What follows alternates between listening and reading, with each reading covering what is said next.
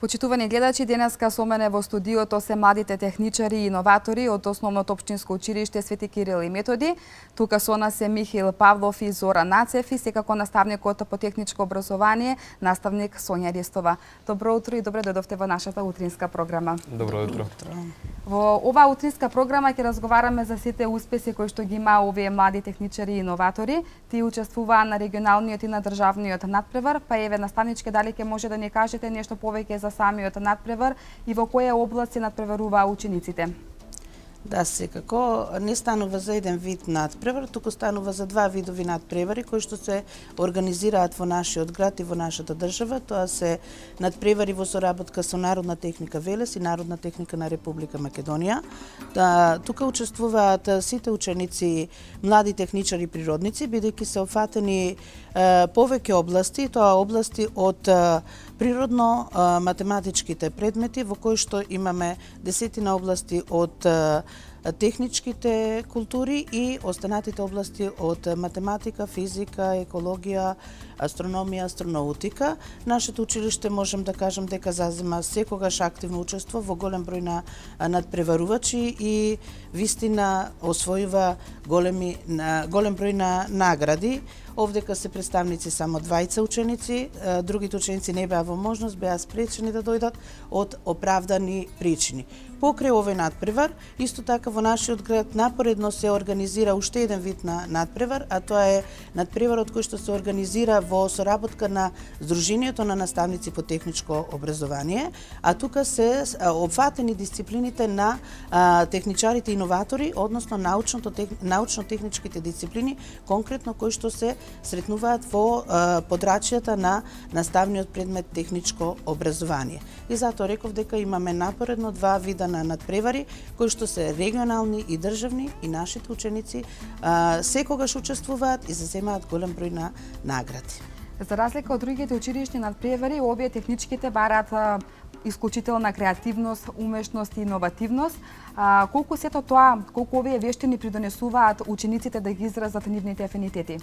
Па вака, голема е разликата на овие надпревари, бидејќи тоа се тука научно-технички дисциплини кои што им е овозможено учениците да креираат, да творат, да ја покажат својата култура на работење, исто така да ја покажат својата иновативност. Овдека им е овозможено да креираат и творат на самиот надпревар, на дел од областите, каде што учениците во текот на надпреварувањето добиваат задолжителни задачи и го покажуваат она што го научиле во своите активности за време на часовите, за време на додатната настава, а исто така учениците си носат и свој домашен труд кој што го презентираат, односно проект кој што го изработиле во текот на нивното подготвување. Им е овозможено да си ги покажат своите знаења, своите умења и секако понатака да се развиваат во однос на техниката. Постои ли заинтересираност ки учениците за техничките надпревари? Да, секако, како што кажав уште на почетокот, од нашето училиште учествуваат голем број на надпреварувачи, секоја учебна година како се реализира надпреварот. Интересот е голем, бидејќи ние имаме наставен предмет техничко образование, кој што е офатен уште од 5 до 9 оделение, но за жал во 5 и 6 е како задолжителен и тука останува, сега малку повозрастните немаат можности да имаат континуитет во наставата, бидејќи така е застапена за сега барем. Се надевам дека ќе има измени во наставната програма, бидејќи е убав наставен предмет, имаат можности да креираат, да творат, па и секако да имаат понатака избор на своја професија. Го изучуваат веќе во 7, 8 и 9 еднаш годишно, тука малку има застој, но ние успеваме некако на додатна настава и преку овие надпревари децата да ги афирмираме и да имаат поголем интерес за техниката и техничката култура. А каква е улогата во целиот овој процес на менторите? Па вака, јас како ментор лично настапувам на свој начин на работење. На почеток со учениците дискутираме кој каде може да се најде во која област, бидејќи реков дека има повеќе области, не е само една област, им помагам на учениците да се насочат според нивниот интерес, според нивната желба, бидејќи уште од 5 оделение, како што реков, ги следам како работат, како напредуваат и тие се искажуваат своји желби, па на некој начин се пронаоѓаат во која област би се надпреварувале. Потоа заеднички бираме проектна задача, која што проектна задача ја изработуваат учениците дел за време време на часовите додатни или во секое слободно време кога сум јас слободна, тие доаѓаат и тие кога се слободни и дел од задачите се реализираат и дома во домашни услови. Она што е можно нели да се изработува на училиште го изработуваат, а она што е можно да го изработат дома го изработуваат, им подпомагам, ги поттикнувам. Секако менторот има и за задача да каже што е добро, што не е добро заеднички со учениците за да имаат поголем пласман на надпреварите. Така, тоа е и целта. Да. Зоки, кажи ми ти во која област се надпреваруваше на регионалниот и на државниот надпревар? Во регионалниот и на државниот надпревар надпреварува во областа на автоматика по тема Алармен уред за заштита од радиоактивно зрачење, со што изработивме макета со која може да уѓе тоа се засолнат при некакво радиоактивно зрачење со кое ќе дојде до несакани причини и тие ќе може да се евакуираат. Така, твојот успех беше тоа што на регионалниот надпревар го освои првото место, на државниот се сакети со сребрен медал, значи го освои второто место. Кажи ми ова тука сега моментално што се наоѓа на нашата маса, што гледаме и дали ова беше дел чинам од државниот надпревар? Ова сега што гледаме е мал дел од она што бевме надпреварувани. Имам изработено 2 лего робота кои се изградени од лего коцки, потоа контролна кутија, сензори и мотори со кои тој се предвижува и со работи. И секако со дадена програма која се вметува во контролната кутија со помош на компјутер кој се изработува. Колку време ти беше потребно за да го направиш ова? Па, конкретно за двата робота ни се потребни околу една недела за да се осмисли програмата и сето оние програмски делови по кои он треба да се движи, неговите движења, вршење на движењата и секоја симулација. Така, тешко ли е да се направи ова? Па тој што сака... Оти вака некако ни изгледа малку покомплексно. За оној кој што сака да ги изработи овие роботи не е тешко, бидејќи многу е полесно од колку што изгледа. Најпрво имаш малку потешкоти во состојањето на деловите, бидејќи секој дел треба точно да биде составен за да може тој да се движи постепено по програмата. Дали сето ова го учите на часовите по техничко образование? Да. Да, на часовите и плюс на онаа додатна настава која што ја имате. Да. Ти си исто така дел од таа настава. Од каде ја доби ти љубовта кон овие технички науки? Па најпрвен што гледаме е како едукативни емисии, а потоа и од училиштето каде што наставничката ни представуваше идеи, работни задачи и се друго. Така. Михаил, ќе може ли да ни кажеш и ти во која област се надпреваруваше? Јас на овие два надпревара се надпреварува во областа фототехника, а на општинскиот надпревар во Велес бев прво место, а на регионалниот надпревар бев пофален. Така, кажи ми со какви фотографии се представи на регионалниот и на државното првенство? На државното првенство се представив со 6 фотографии, 3 на тема екологија, 3 на тема слободно. На државното првенство, така, ти се здоби со пофалница, таму што конкретно направи? Па требаше да бидеме подготвени за теорија, за да истражуваме за историјата на фотографијата и на првиот фотоапарат. Имавме дадено време за таму да фотографираме 10 фотографии и тие беа на тема слободна. Имаше ли голема конкуренција? Учествуваа ли други ученици од останатите градови? Па конкуренцијата на вистина беше одлична.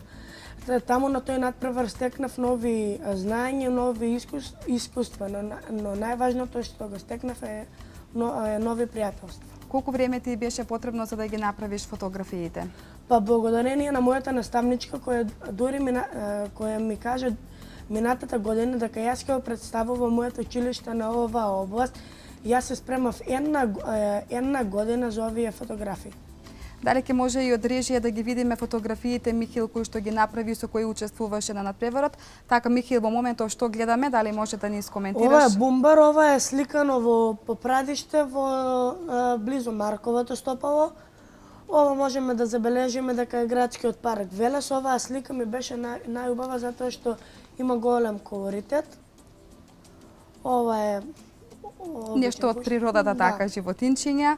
И тука Охридско езеро. Охридско езеро. Како што можеме да забележиме, можеби некако природата ти е како омилена за фотографирање или пак можеби станува збор и фотографираш некои портрети и слично? Па, искрено, природата ми е најубава за фотографирање, затоа што јас сакам да ракувам многу со бој и го сакам колоритетот на природата. Така. Наставнички, имаше ли одредени критериуми што требаше да бидат исполнети за учество на надпреварот? Да, секако, значи за да може да учествува ученикот на надпревар, потребно е прво тој да појави желба и интерес, да има способности и афинитети за креативност, за творештво и да биде слободен, да биде активен, постојан учесник на додатна настава, да појавува интерес кон техничката култура, кон иноваторство, кон создавање и творење, како што кажав, јас си ги одбирам учениците со самата настава, уште од почетокот како доаѓаат со мене да ја учат наставата преку наставниот предмет. Заеднички дискутираме и тие се наоѓаат во одреден вид на областите и според дадените критериуми кои што се подготвени од страна на организаторот, веќе понатака се вреднува и пласманот на учениците. Дали често бара и од вас совет Да, за како нели да се изработи сето ова?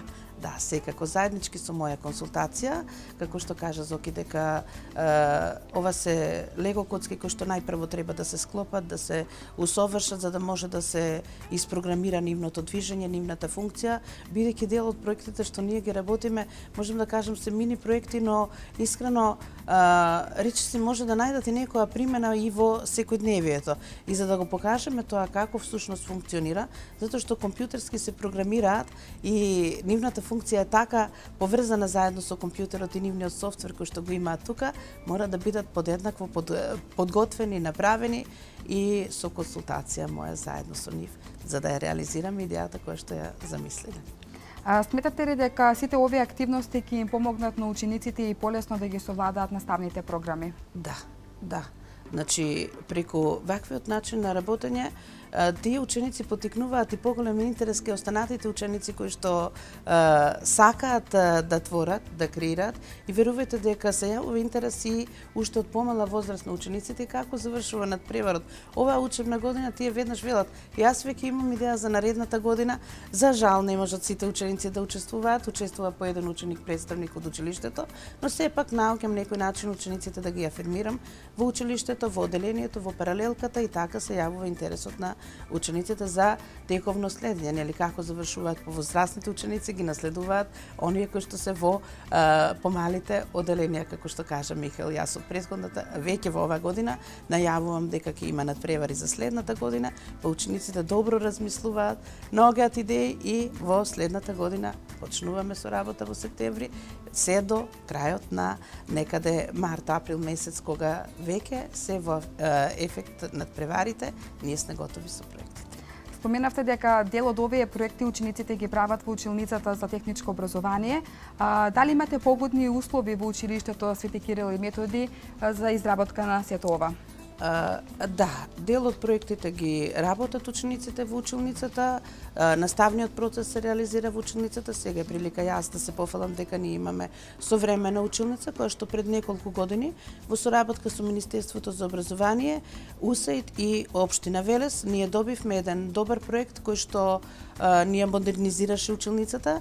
Проектот беше модернизација на наставата по техничко образование, така да во таа прилика им се заблагодарувам на сите тие кои што беа вклучени во проектот. Еве ја можноста, ја осовременивме наставата, добивме голем број на опрема која што таја ни помогна ние да се афирмираме како училиште од областите на автоматика, роботика и да им помогне на учениците да ги реализираат и дел од практичните работни задачи кои што се во текот на наставата. Зоки, дали освен оваа награда, овој медал што го доби на државното првенство, имаш добиено и некои други награди?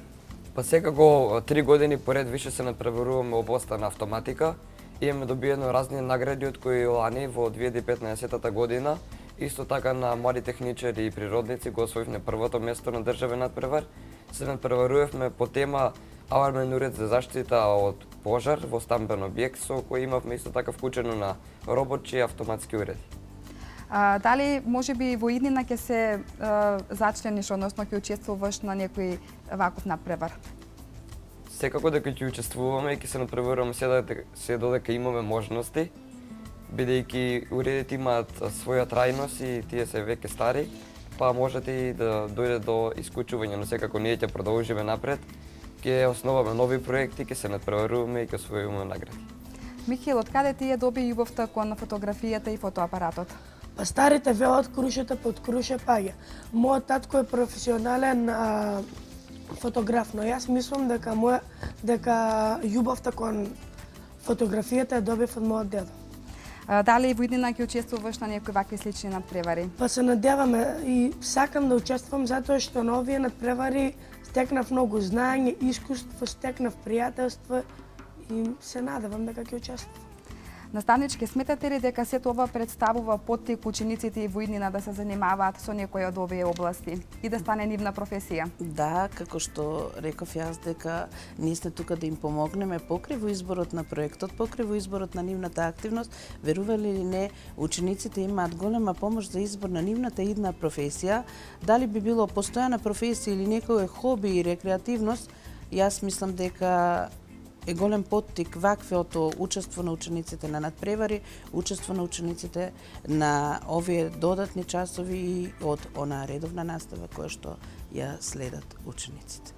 Јас ви благодарам за денешното гостување, ви посакувам да имате уште многу надпревари во иднина и секако да имате уште многу успеси. И јас ви благодарам за поканата што ни овозможивме да покажеме дел од она што сме го постигнале, бидејќи немавме можности да ги донесеме сите макети, сите трудови на учениците. Истовремено да ги поздравам сите гледачи на К1 телевизија и оние наши ученици кои што не беа дојдени од оправдани причини. Така и ви од нас поздрав до сите кои што во моментов не гледаат и до сите ученици од Основното општинско училиште Кирил и Методи. Инаку само да напоменеме дека Основното општинско училиште Кирил и Методи е едно од оние училишта каде што секогаш се зброи меѓу оние кои што постигнува најголеми резултати и најголеми успеси во секоја област и по сите предмети.